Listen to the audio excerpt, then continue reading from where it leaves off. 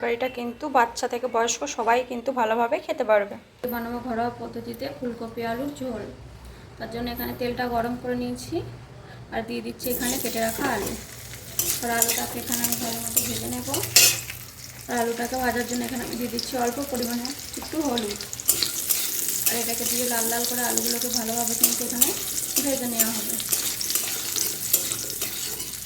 আলুগুলো কিন্তু আমার লাল লাল করে ভেজে নেওয়া হয়ে গেছে। এখানে এবার আলুটাকে আমি তুলে নিচ্ছি।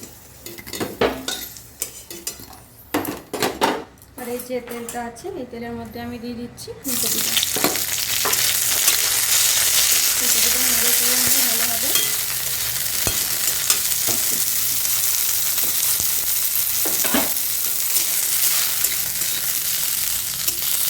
ফুলকপিটা আমি এখানে নেড়ে ভালো করে ঢাকা দিয়ে ভেজে নেব। ঢাকা দেওয়ার পরে এটাকে কভারে আমি ঢাকা খুলে নেড়ে নিয়েছিলাম। তোমরাও ঢাকা দেওয়ার পরে কিন্তু এটাকে খুলে ভালোভাবে বারবারে নেড়ে নেওয়ার চেষ্টা করবে। এটা কিন্তু ফুলকপিটা ভাজা হয়ে গেছে, এখন আমি তুলে নিচ্ছি।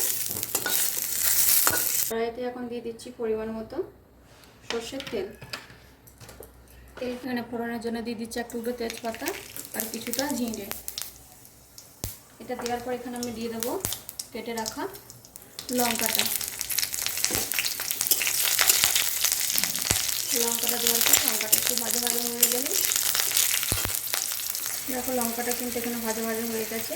আর আমি এখানে দিয়ে দিচ্ছি বড় চামচের 1 চামচ পরিমাণ আদা রসুন আর জিরে বাটা। আর এটাকে এখানে আমি দিয়ে দিচ্ছি কাশ্মীরি লঙ্কার গুঁড়ো, 1/2 চামচ পরিমাণ হলুদ, হাফেরও 1/2 চামচ ধনে গুঁড়ো। এটাকে আবার ভালোভাবে মিশিয়ে নেব। আর এখানে দিয়ে দেবো আমি অল্প পরিমাণে একটু জল।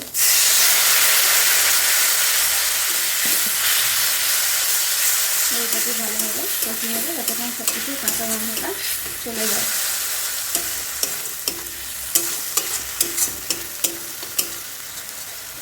সব কিছু দেওয়া হয়ে গেছে। আর এখানে আমি দিয়ে দিচ্ছি কেটে রাখা টমেটোটা।